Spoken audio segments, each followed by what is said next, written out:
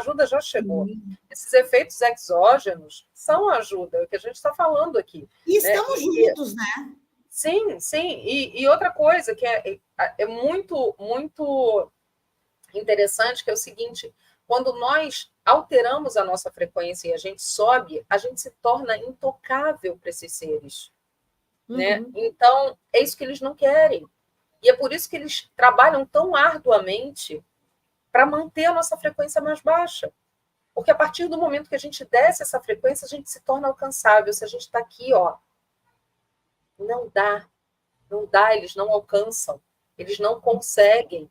E é isso que está desesperando, porque a ajuda está vindo, e está vindo de uma forma muito intensa, né? Justamente para que a gente aumente essa frequência, para que a gente se coloque numa posição onde eles, de inatingível, né? Onde eles não consigam fazer esse trabalho.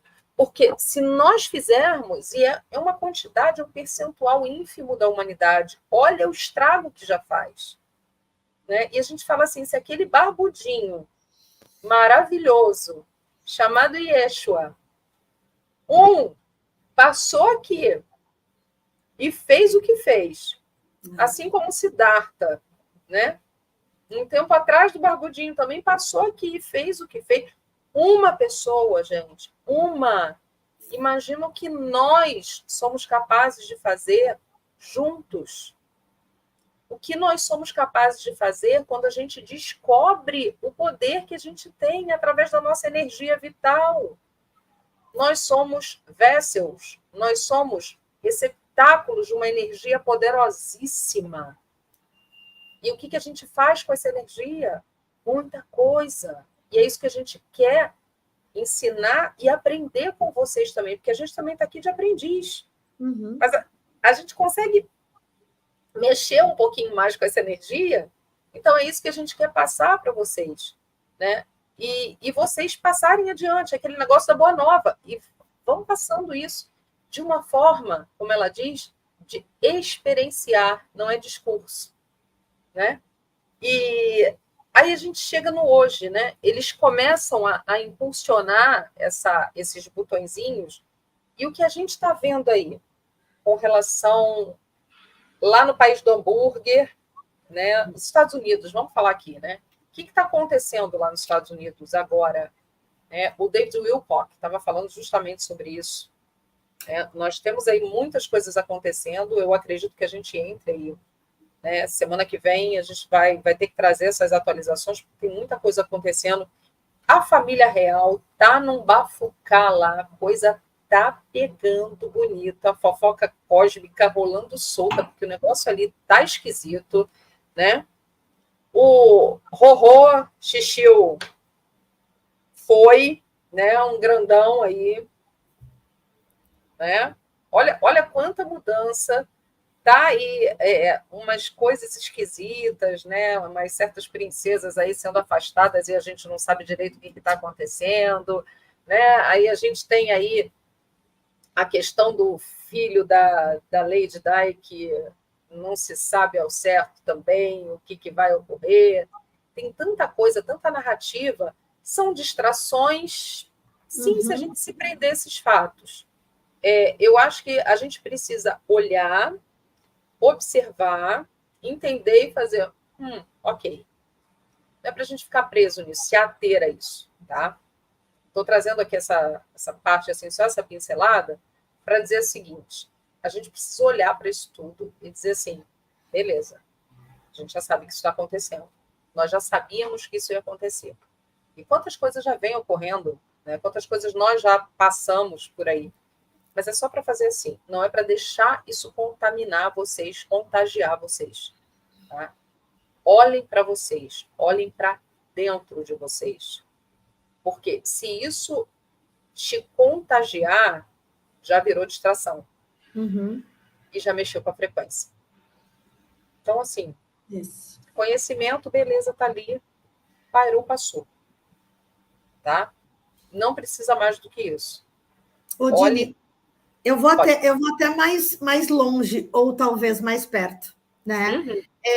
Qualquer sentimento que a gente tenha que se nos distraia de nós mesmos, Inclusive um trabalho, alguém falou aqui de trabalho que está muito desafiador, um relacionamento que a gente chama de relacionamento abusivo. Às vezes não é o outro que é abusivo, é o relacionamento mesmo, é os 50% de que eu me deixo levar. Qualquer relacionamento que não expande, que está deixando o meu coração fraquinho, também é hora da gente olhar, tá? A gente precisa evoluir por dentro. E, para isso, a gente precisa sair de perto de tudo que nos amedronta, de tudo que nos distrai, de tudo que nos deixa tristes, de tudo que nos deixa doentes.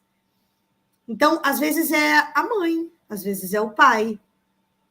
Agora, não é sobre não se dar mais com a mãe, ou com o pai, ou com um relacionamento, ter que separar, não é sobre isso. É sobre não se distrair e não ficar achando que o outro está fazendo aquilo contra mim. Quem faz aquilo, faz porque faz. Não faz contra mim. A pessoa é daquele jeito. Então, assim, às vezes a gente precisa, sim, sair de perto de onde nos adoece. Mas, muitas vezes, é só a gente parar de se distrair. E a gente parar de colocar toda a nossa energia em algo que vai nos matando por dentro, né?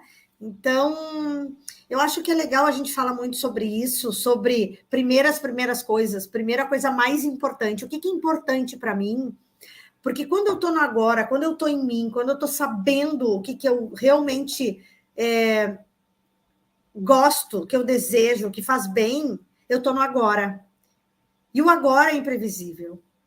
O amor próprio é imprevisível, né? Então, se afastar de gente, de emprego, de relacionamentos, de amizades, de tudo aquilo que não faz bem mais. Então, é fácil? Claro que não é fácil. Não é fácil largar quem a gente ama para se dedicar a nós mesmos. Não é fácil parar de tentar controlar o outro com ciúmes ou com... Às vezes, num relacionamento abusivo, a pessoa nem é ciumenta, mas ela fica completamente enlouquecida porque a autoestima dela está tão fragilizada. Então, é sobre isso. É sobre sair de perto de tudo que adoece. Então, eu sei, tenho certeza que aqui tem muita gente que não olha mais televisão, jornal e maldades e tal, mas às vezes está vivendo num lugar que é tão apertado, né? E o que eu faço agora? Sai de perto. Não consegue sozinha, procura ajuda. E procura ajuda de quem já passou por isso. Porque fica muito mais fácil a gente caminhar onde o outro já pisou, né? Esses dias a minha mentora de negócios falou sobre isso. Ela estava andando na praia, na areia, e ela estava subindo um cômoro, e inclusive eu fiz isso hoje na praia, porque eu estava na praia, e a gente pisa onde o outro pisou e é muito mais fácil de caminhar. É muito mais gostoso, né? É muito mais gostoso. O caminho está pronto. Então, pergunta para quem já passou por isso. Como que eu faço para sair disso? Tá doendo e dói. A gente tem um corpinho humano aqui, né, gente? Apesar de nós ter vários corpos energéticos, inclusive a gente desperta um maravilhoso, nosso dublê. Despertar dói, né? Multidimensional. Despertar dói. Despertar não é fácil. Despertar dói. E o que a Bianca está falando, nós trouxemos aqui sobre a questão dos controladores, né? A gente falou aí sobre o gaslighting dos controladores, né? Que é abusivo o que eles fazem com a gente, porque é a imposição do medo. Isso, né? A imposição do medo. E a imposição do medo de várias formas, de várias nuances, é onde você tem essa imposição e a gente vai do micro para o macro. A gente vai, como a Bianca falou, de relacionamentos, de amizades familiares, né, e de trabalho, até a questão do macro, que é o que a gente vivencia hoje e que é o que chega até nós de uma forma muito intensa, do coletivo em si, né, no papel da coletividade, que é essa imposição através desses gatilhos, desses botõezinhos que eles apertam. Né? Então, assim, é para a gente se cuidar com relação a edificar, a enxergar, a entender, a perdoar, E como diz aqui a Débora, se afastar. Isso aí. Se afastar, seguir o teu caminho, cada um tem o seu, respeitar o caminho do outro, né? E se o outro está naquele momento em que ele não quer ajuda, em que ele não quer ser ajudado, em que ele não quer enxergar o trabalho que ele tem a fazer, se ele não quer ver, ó, agradece e vai. Segue o teu caminho, porque é isso que a gente precisa fazer agora. A lavação de roupa suja tem que ser a sua. Não lava a roupa do outro, não. Vai lavar a sua. Para de se distrair. A gente fala, estou com os dedinhos aqui enrugadinhos de lavar as minhas. Então, assim, a gente tem que fazer isso, sabe? Cada um tem que fazer o seu trabalho. É calinho no dedo da vassoura, de limpar o porão, o dedo de lavar roupa suja. A gente precisa, gente. A gente tá nesse momento da gente fazer. E não acabou, não. Meu cesto ainda tem roupa ali para lavar. O de vocês também. Porque a gente tá na 3D, tá? O cestinho da gente não tá vazio. A gente precisa fazer isso. Mas faça o seu trabalho.